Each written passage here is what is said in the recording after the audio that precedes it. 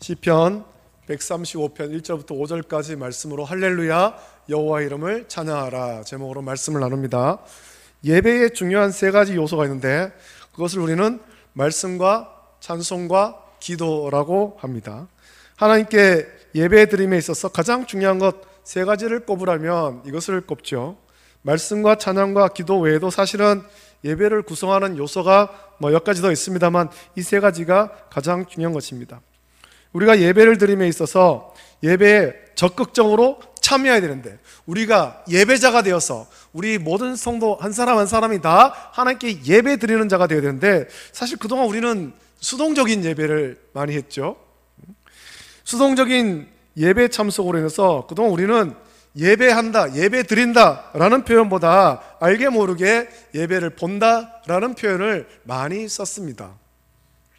예배를 드린다 라는 표현은 내가 예배자가 되어서 내가 적극적으로 예배에 동참하고 하나님께 예배한다, 내가 하나님께 예배한다 이런 것입니다만 내가 예배자가 되는 것인데, 그런데 예배를 본다 라는 표현은 여러분 말의 표현에서도 나옵니다만 교회에서 순서를 따라 드리는 예배를 내가 그냥 방관자가 되어서 본다라는 겁니다. 어떤 방청객이 되어서 본다라는 거죠. 본다. 그동안 우리가 몰라서 이게 꼭 그런 의미로 쓴 건 아닙니다만 예배를 드린다라는 표현보다 예배를 본다 그런 표현을 썼지만 이 표현을 우리는 바꿔야 됩니다. 우리 성도들도 이거 많이 바뀌었습니다. 많이 고쳐졌고 우리가 예배를 드리는 예배자가 되었습니다. 이제 우리 월배 중국의 모든 성도는 예배를 보는 것이 아니라 예배를 적극적으로 드리는 참된 예배자가 다 되시기를 예수님의 이름으로 축복합니다. 예배자가 되어야 됩니다. 우리가 거룩한 산 제물이 되어서 하나님을 예배하는 것입니다. 나의 모든 것, 나의 전심으로 하나님을 예배하는 것입니다. 나의 인격과 인성과 또 모든 것들, 내 시간과 힘과 이 모든 것을 다해서 하나님을 예배하는 거죠. 우리가 예배자로서 이 공적 예배, 주일과 수요일 이렇게 공식적으로 드리는 그 예배를 드리며 그나마 적극적으로 동참하기 가장 쉬운 것이 있다면 그것이 찬송이죠. 내가 예배자로서 적극적으로 그래도 그 공적 예배에서 참석하는 것, 그걸 찬송입니다. 하나님을 찬송하는 것에 우리는 가장 쉽게 적극적으로 참여할 수 있습니다. 우리 입술을 열어서 같이 찬송 부르고 손뼉을 치고 더러는 율동도 하면서 적극적으로 내 몸을 하나님께 드리는 거예요. 사실 말씀을 전하는 것도 하나님의 영이 임하시면 누구나 사실은 할 수 있죠. 그러나 교회 질서를 위해서 초대교회는 직분을 따라 사역을 나누었습니다. 그래서 사도행전 6장 1절부터 6절 말씀 보면 초대 예루살렘 교회가 교회 안에 생긴 문제로 인해서 고민했고 결국 문제를 해결하고 은혜로운 교회가 되기 위해서 7명의 집사를 세웁니다. 그리고 집사를 세우는 목적에 대해서 말하기를 12사도가 모든 제자를 불러 이르되 우리가 하나님의 말씀을 제쳐놓고 접대를 일삼는 것이 마땅하지 아니하니 형제들아 너희 가운데서 성령과 지혜가 충만하여 칭찬받는 사람 7을 택하라. 우리가 이 일을 그들에게 맡기고 우리는 오로지 기도하는 일과 말씀 사역에 힘쓰리라 하니라고 말씀합니다. 여러분 사실 이 사도행전의 말씀 보면 평신도인 빌립 집사님도 말씀을 전했죠. 사마리아로 가서 말씀을 전했고 에디오피아 내시 간다게 여왕 간다게 내시 국고를 맡은 그 내시에게도 하나님 말씀 전했습니다. 스데반 집사님도 유대인들에게 말씀을 전했습니다. 말씀을 전하다 순교했습니다. 사실 누구든지 하나님의 영이 임하시면 말씀을 전할 수 있습니다.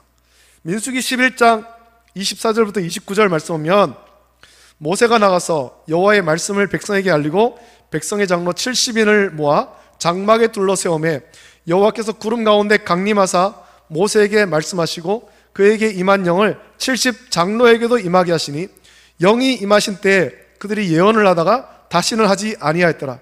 그 기명된 자 중 엘다시라 하는 자와 메다시라 하는 자 두 사람이 진영에 머물고 장막에 나아가지 아니하였으나 그들에게도 영이 임하였으므로 진영에서 예언한지라. 한 소년이 달려와서 모세에게 전하여 이르되 엘닷과 메닷이 진영에서 예언하나이다 하매 택한 자 중 한 사람 곧 모세를 섬기는 눈의 아들 여호수아가 말하여 이르되 내 주 모세여 그들을 말리소서. 모세가 그에게 이르되 내가 나를 두고 시기하느냐. 여호와께서 그의 영을 모든 백성에게 주사 다 선지자가 되게 하시기를 원하노라 라고 말씀합니다. 모든 사람이 하나님의 영, 성령을 받고 주의 말씀을 선포해야 되죠. 또 이스라엘 초대 왕인 사울도 하나님의 영이 임해서 선지자의 무리와 함께 예언했다, 그런 말씀이 있습니다. 오순절 성령 강림을 입고 난 다음에 120명의 성도가 각각 다른 방언으로 하나님의 큰 일을 전했다. 그것이 하나님 말씀을 전한 거거든요. 누구든지 하나님의 영이 임하면, 성령이 임하시면 말씀을 전할 수 있습니다. 다만 초대 교회에서 질서를 세우기 위해서 정했던 것과 같이 오늘날에도 교회의 질서를 위해 말씀을 전하는 강도권은 목사에게만 준 것입니다. 지난 우리 교단 총회에서 이제 이 강도권에 대한 얘기가 좀 있었습니다. 말씀을 전할 수 있는 권리, 이 권리에 대해서 그동안에는 이제 남자 사역자에게만 강도권을 줬습니다. 신학교에서 배우고 그 다음에 강도사 고시를 칠 수 있는 자격이 남자 사역자에게만 있었는데, 이제 이 강도권을 여성 사역자에게도 줘야 된다, 그렇게 결의가 되었고, 이제 헌법을 개정하고 그런 과정들을 거쳐서 여성 사역자에게도 강도권은 주게 될 것 같습니다. 강도권은, 이 강도권, 교회 질서를 위해서 오늘날 그렇게 정한 거죠. 평신도들도 전도회나 소그룹 모임에서 말씀을 전할 수 있습니다. 지도를 받아서, 목회자의 지도를 받아 말씀을 전할 수 있습니다. 하나님의 말씀을 읽고 받은 은혜를 나눌 때 목회자의 지도를 받고 전하는 것은 잘못된 것이 아니고 그걸 금할 것도 아닙니다. 은혜를 나누는 것, 이거 적극적으로 권해야 될 것이죠. 우리는 공적 예배에서 사실 하나님의 영이 임하시며 누군지 말씀을 사실은 전할 수 있지만, 보편적으로 교회 질서를 위해서 강도권이 있는 목사를 통해 하나님 말씀을 받습니다. 대부분 평신도는, 오늘 우리 지금 모습도 그렇습니다만, 평신도는 자리에 있고 목사가 전하는 말씀을 앉아서 듣고 있죠. 그래서 우리 예배는 대부분은 수동적일 수밖에 없는 거예요. 그러니까 앉아서 듣기만 듣는 거예요. 기도는 또 어떻습니까? 우리가 예배 중에라도, 우리 교회는 제가 이제 예배 시작할 때도 그렇고 또 말씀을 나눈 다음에도 그렇고 이제 합심기도를 계속하고 있습니다만, 합심기도를 할 수 있지만 공적 예배에서 대표자 한 사람을 세워 기도하죠. 공적 예배의 대표 기도자는 그 예배를 드리는 모든 성도를 사실은 대표해서 하나님께 기도하기 때문에 미리 잘 준비해서 기도에 임해야 하는 것이고, 다른 성도들은 그 기도를 들으면서 같은 마음으로 기도하고, 그래서 그렇습니다, 나도 저 기도에, 저분이 준비해서 한 저 기도에 공감합니다, 나도 동의합니다, 그런 의미로 중간중간 아멘으로 화답하는 것입니다. 따라서 공적 예배 기도도 우리가 모두 적극적으로 동참하지만은 못합니다. 그러나 찬송은 어떻습니까? 찬송, 우리가 예배할 때 우리 예배 전에도 찬송을 부르고 중간에도 찬송을 부르는데, 찬송은 어떻습니까? 간혹 이제 립싱크 하시는 분도 있고, 또 잘 모르는 찬송 나오면, 찬양 나오면은 그냥 같이 못 부르는 경우도 있습니다만, 찬송은 우리가 다 함께 부르는 거예요. 성도가 다 같이 부르는 거죠. 더 큰 소리로 찬송하기 위해서 교회에서는 찬양대를 세우고 찬양단을 앞에 세우기도 합니다. 찬양단을 통해 모든 성도가 찬양에 동참하도록 인도하는 거죠. 그리고 찬양대가 있죠. 사실 찬양대와 찬양단, 이 찬양대와 찬양단은 구분할 필요성이 그리 많지 않습니다. 왜냐하면 다 하나님을 찬양하는 일이기 때문에. 찬양대는 여러분 좋은 성가를 골라서 성도에게 들려주는 것 아니에요. 이렇게 보면은 성가집 이런 것들이 있는데 그거 골라가지고 그 중에 좋은 거 들려주는 건 아닙니다. 교회에서는 여러분 분명히 알아야 됩니다. 성가를 부르는 것이 아닙니다. 성가를 부르는 것이 아니라 찬송과 찬양을 하는 것입니다. 하나님을 찬양하는 것입니다. 따라서 우리가 간혹 이렇게 성가대라고 부르기도 과거에 많이 했습니다. 성가대라고 했습니다만, 성가대는 그 의미가 사람에게 성가를 들려주는 것이고, 찬양대는 모든 성도를 대표해서 찬송을 하나님께 올려드리는 것이 찬양대입니다. 그래서 정확한 명칭은 찬양대예요. 찬양대. 우리는 오늘 모든 성도가 하나님을 찬송해야 될 이유를 몇 가지로 좀 살펴보려고 합니다. 먼저 오늘 본문 3절 보면 여호와를 찬송하라, 여호와는 선하시며 그의 이름이 아름다우니 그의 이름을 찬양하라 라고 말씀합니다. 우리가 하나님을 찬송해야 될 첫 번째 이유는 하나님 자체가 그렇게 아름답고 영광스러우시기 때문입니다. 이제 가을 다 지나가고 있죠. 길가에 은행잎들도 많이 떨어졌습니다. 노란 은행잎이 가득 달려있다가 떨어져서 땅바닥을 이제 노랗게 카펫으로 만들기도 하고 벌써 쓸려간 것도 많고, 찬바람 부는 가을이지만 단풍도 이제 들었다가 이제 많이 떨어졌습니다. 우리가 이렇게 아름다운 경치를 보면 저절로 입에서 감탄이 나오죠. 야, 이쁘다, 아름답다. 봄에 꽃이 활짝 피면, 울긋불긋 꽃이 피면 참 아름답다, 감탄이 나오잖아요. 감탄. 정말 여러분, 정말 멋지게 생긴 배우나 예쁜 배우를 길에서 보았다고 한번 생각해 보십시오. 길을 지나가는데 촬영 현장을 보고 거기에 정말 멋진 배우, 예쁜 배우가 딱 있어요. 그럼 여러분 어떻게 합니까? 돌아가서 한 번이라도 더 보고 싶잖아요. 얼마나 잘생겼는가. 그리고 요즘은 스마트폰 다 있으니까 꺼내가지고 찍고 싶고, 가능하면 같이 사진 찍고 싶고. 왜냐하면 그들이 너무 아름답기 때문에.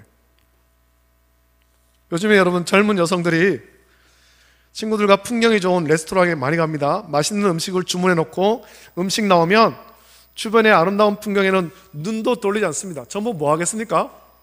핸드폰 꺼내가지고, 스마트폰 꺼내서 예쁜 접시에 담긴 음식을 열심히 찍는, 각도를 맞춰가지고 정말 예쁘게 나오도록 예쁜 접시에 담긴 맛있게 생긴 음식을 너무 좋아하고 자랑하고 싶은 겁니다. 사람들은 눈에 보이는 아름다움에 감탄합니다. 그런데 우리 하나님의 아름다움도 우리의 눈으로 볼 수 있다면 얼마나 좋겠습니까? 하지만 우리 하나님은 우리의 육체의 눈으로 직접 볼 수 없죠. 출애굽기 33장 18절부터 23절에서 모세는 하나님의 얼굴, 하나님의 영광을 좀 보여달라라고 간청합니다. 하지만 하나님은 볼 수 없다라고 말합니다. 그 말씀 보면 모세가 이르되 원하건대 주의 영광을 내게 보이소서. 여호와께서 이르시되 내가 내 모든 선한 것을 내 앞으로 지나가게 하고 여호와의 이름을 내 앞에 선포하리라. 나는 은혜 베풀 자에게 은혜를 베풀고 긍휼히 여길 자에게 긍휼을 베푸느니라.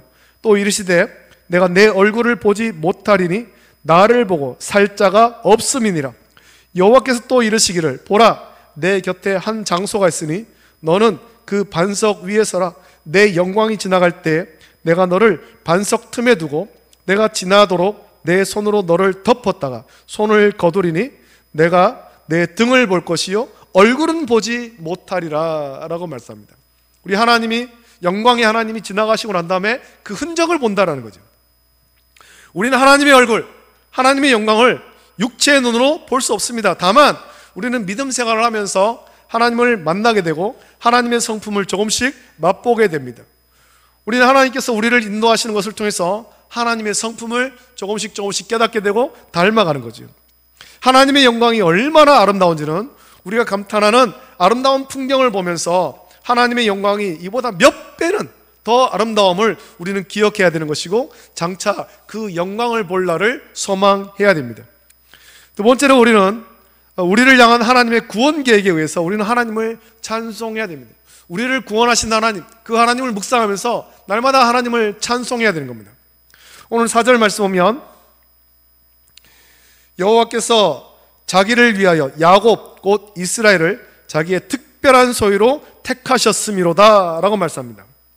여러분, 우리가 어떤 존재였습니까? 저와 여러분은 다 허물과 죄로 영원히 죽었던 존재잖아요. 이런 우리를 불쌍히시고 긍휼히 여기셔서 구원해 주셨습니다. 예수 그리스도를 보내주시고 예수님께서 십자가에 못 박혀 보혈을 흘려 죽으심으로 우리의 허물을 씻어주시고 우리를 용서하셨습니다. 하나님 자녀 삼으신 것입니다. 택한 백성이 된 거죠. 여러분, 그 구원의 계획, 하나님의 구원 계획은 아담과 하와가 불순종해서 에덴 동산에서 내쫓김을 당하면서 이미 계획하신 거예요. 창세기 3장 15절 그 말씀 보면 내가 너로 여자와 원수가 되게 하고 내 원수도 여자의 후손과 원수가 되게 하리니 여자의 후손은 내 머리를 상하게 할 것이요 너는 그의 발꿈치를 상하게 할 것이니라 라고 말씀합니다. 우리는 이 말씀을 원시복음, 이 오리지널 가스펠이라고 말합니다. 하나님께서 처음으로 우리의 구원에 대해서 예언하신 말씀입니다. 성경 가운데서 내가 너희들을 구원하겠다, 죄에서 구원하겠다 처음으로 하신 말씀.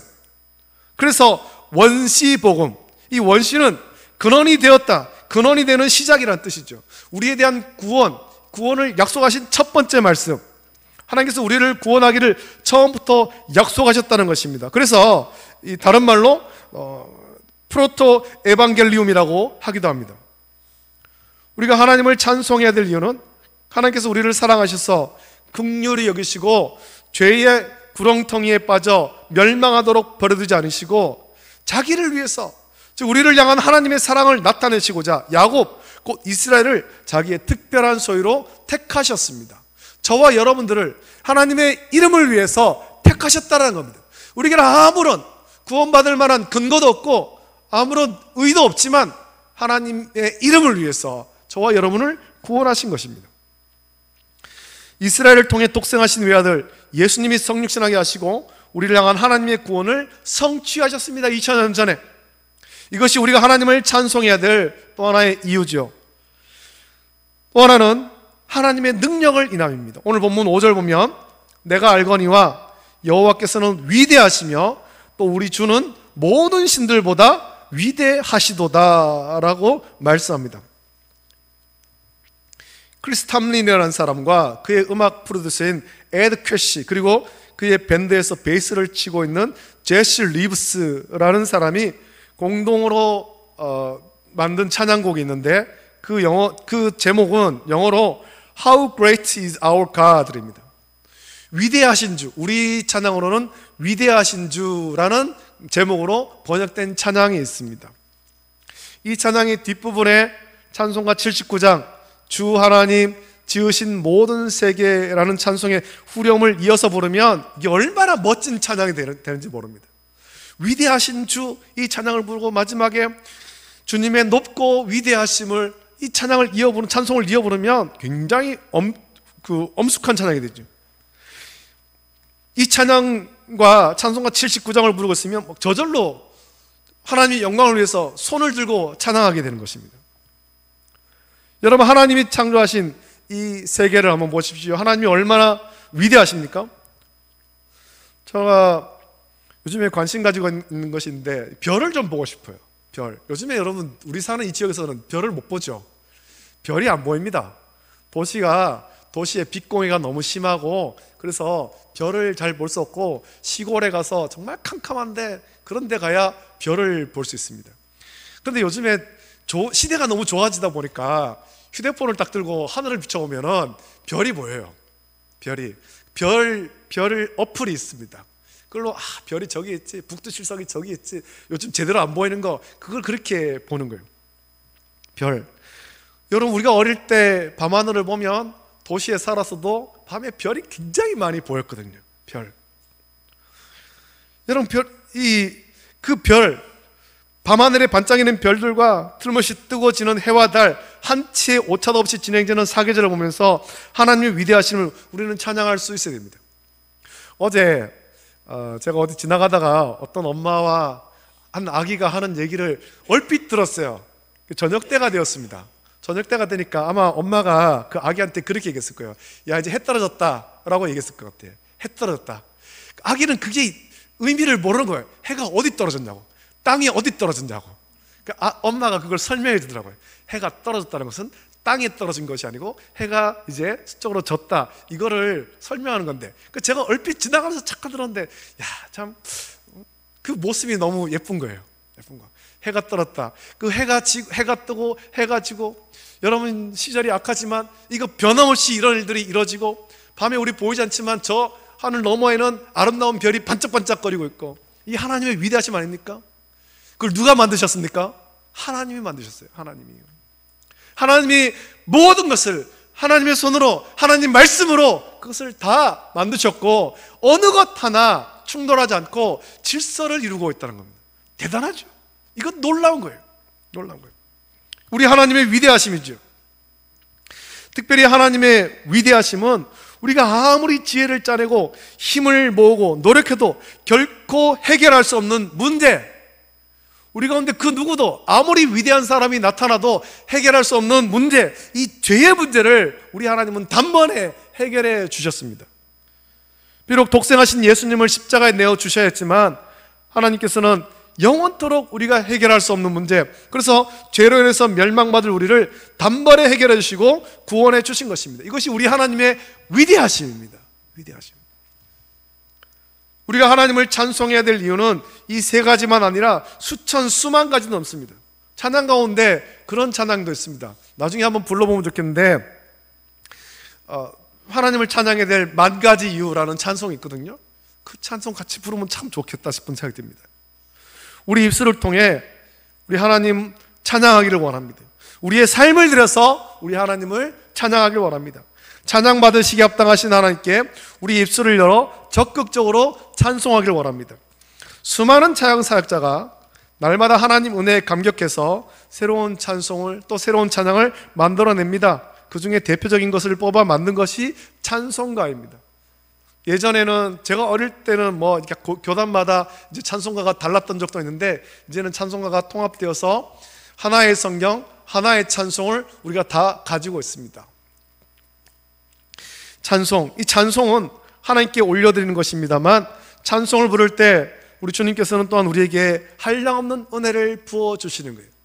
요즘 많은 사람들이 트롯 가수들을 좋아하고 트롯 가수의 노래를 따라 부르기를 좋아하고, 심지어 여러분 우리 가까운 동네죠, 이쪽에 가면은 그 송해공원에 가서 마치 그분들의 성지순례처럼 저번에 한번 가니까 버스를 대절해서 왔더라고요. 옷도 똑같이 맞춰 입고 분홍색 옷 입고 깃발 들고 와가지고 성지순례 하듯이 막 그렇게 해요. 트롯 부르는 것도 재밌겠지만 찬송을 불러야 됩니다. 찬송을 부르십시오. 찬송 부를 때 하나님 우리를 위로하시고 은혜를 주실 줄로 믿습니다. 오늘 말씀을 통해 하나님 찬송할 이유를 날마다 찾으시고, 그리고 우리의 삶을 통해 찬송할 이유를 찾으십시오. 찬송을 부를 때 주께서 그 찬송을 받으시고 우리에게 은혜를 주십니다. 찬송을 통해 주께서 부르시는 놀라운 은혜를 누리는 저와 여러분 되시기를 예수님의 이름으로 축복합니다. 이 찬송 같이 부르고 같이 기도하겠습니다. 우리 꽃들도 라는 찬양 같이 부르고 기도하겠습니다.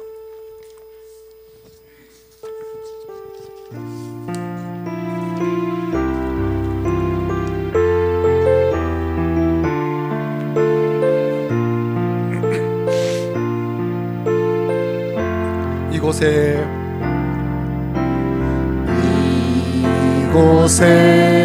생명샘 솟아나 눈물 골짝 지나갈 때에 어쩌나 열매 맺히고 웃음소리 넘쳐나리라. 그날에 하늘이 열리고 모든 이가 보게 되리라. 마침내 꽃들이 피고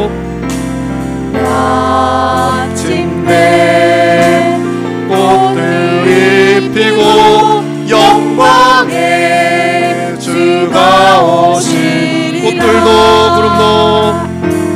꽃들도 구름도 바람도 바다도 찬양하라 예수를. 하늘을 울리며 노래해 나의 영혼아 은혜의 주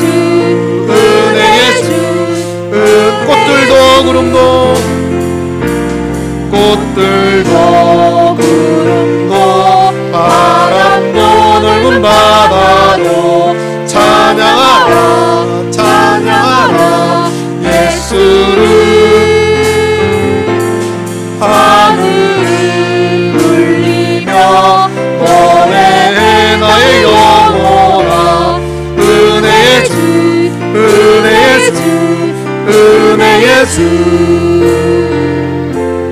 함께 기도합니다. 말씀을 묵상하시면서 같이 기도할 때 하나님 내 입술에 주님께 드리는 찬송이 날마다 넘치게 하여 주시옵소서. 평안할 때 찬송 부르고, 기쁠 때 찬송 부르고, 힘들고 슬프고 외로울 때, 연약할 때 하나님께 찬송하고, 찬송을 통해서 주님의 위로받게 하여 주시기를 원합니다. 주님의 높고 위대하심을 날마다 찬송하고, 찬송으로 우리의 마음이 변화되고 삶이 변화될 수 있도록 이 한 주간 찬송 가운데 기쁨으로 살아갈 수 있도록 복 내려달라고 같이 우리 합심하여서 함께 기도하겠습니다. 거룩하신 아버지 하나님, 사랑과 은혜를 감사드립니다. 아버지 하나님, 오늘 이 귀한 시간 주 앞에 모여 예배합니다. 아버지 하나님, 찬송 가운데 역사하신 아버지 하나님, 오늘 시편 135편의 말씀을 통해서 우리가 하나님을 찬송해야 될 이유에 대한 말씀을 살펴봤습니다. 우리 하나님의 높고 위대하심 우리가 날마다 찬양하게 하시고, 하나님의 구원의 은혜 우리가 찬송하게 하시고, 아버지 하나님 주님을 찬양하는 삶으로 말미암아 우리가 위로받고 아버지 하나님 치유되는 역사 있도록 은혜를 베풀어 주시기를 간절히 소원합니다. 우리는 연약할지라도 찬송할 때 주님의 위로가, 주님의 치유하심이 넘쳐나게 하여 주시옵소서. 아버지 하나님, 한 주간을 삽니다. 한 주간 세상에 앉아 살 때 우리 입술에 주의 찬송이 넘쳐나서 주께 영광 돌리며 기쁨이 충만하도록 주여 복 내려 주시옵소서. 아버지 하나님 도와주시고 은혜를 베풀어 주시기를 간절히 소원하옵나이다. 추운 날씨 가운데 우리 성도 건강사에 않도록 주여 지키시고 은혜를 부어 주시옵소서. 모든 것 감사드리며 거룩하신 예수 믿옵나이다. 좋으신 아버지 하나님, 사랑과 은혜를 감사드립니다. 아버지 하나님, 오늘도 거룩한 주일 주의 전에 모여 하나님을 예배하게 하심을 감사합니다. 아버지 하나님, 우리 입술에 주를 향한 찬송이 넘쳐나게 하여 주시옵소서. 우리를 구원하신 하나님 그 놀라운 사랑과 은혜, 하나님의 높고 위대하심 아버지 하나님 찬송하게 하시고, 찬송함으로 주의 위로와 주의 치료와 주의 긍휼하심을 날마다 누리게 하여 주시옵소서. 마음이 상한 자들이 찬송할 때 위로받게 하시고, 몸이 연약한 자들이 찬송할 때 치유되는 역사 있게 하여 주시옵소서. 이 한 주간 찬송 가운데 주님 주시는 기쁨과 평안함으로 살아갈 수 있도록 주여 복 내려 주시옵소서. 특별히 기도합니다. 아버지 하나님, 우리 브라질에 선교하고 있는 귀한 선교사님 긍휼을 베풀어 주시고, 그 아버지 하나님 선교 현장 가운데 주께서 은혜를 베풀어 주시사 놀라운 복음의 능력들이 날마다 강력하게 나타날 수 있도록 주여 은혜를 베풀어 주시옵소서. 아버지 하나님, 마약과 갱단으로 고통받고 있는 자들이 주의 복음으로 변화되게 하여 주시옵소서. 선교사님과 그 가족들에게 은혜를 주시고 건강을 지켜주시기를 원합니다. 아버지 하나님, 사랑하는 원로 목사님과 사모님, 내일부터 한 달간 브라질 선교 현장을 또 방문합니다. 아버지 하나님, 비행기를 타고 갈 때 아버지 하나님 환승을 하고 24시간 비행기를 타야 됩니다. 아버지 하나님, 긴 시간 장거리 비행을 할 때 피곤치 않게 하여 주시기를 원하고, 오고 가는 길에 하나님께서 안전하게 지켜주시며, 또 아버지 하나님 그곳에서 함께 동역하며 아버지 하나님 주를 섬기고 선교 현장을 섬기고, 그래서 아버지 하나님 주께 은혜를 충만히 받고 돌아올 수 있도록 은혜를 부어 주시옵소서. 아버지 하나님, 풍토병과 다른 것들이 없도록 주께서 건강을 지켜 주시옵소서. 우리 성도들도 우리 교회도 아버지 이 일을 위해서 함께 기도로 동참하오니 은혜를 부어 주시옵소서. 감사합니다. 거룩하신 예수님의 이름으로 기도드립니다. 아멘. 주님께서 가르친 기도로 예배를 마칩니다. 하늘에 계신 우리 아버지여, 이름이 거룩히 여김을 받으시오며 나라가 임하시오며 뜻이 하늘에서 이루어진 것 같이 땅에서도 이루어지이다. 오늘날 우리에게 일용할 양식을 주시옵고, 우리가 우리에게 죄 지은 자를 사하여 준 것 같이 우리 죄를 사하여 주시옵고, 우리를 시험에 들게 하지 마시옵고 다만 악에서 구하시옵소서. 나라와 권세와 영광이 아버지께 영원히 있사옵나이다. 아멘.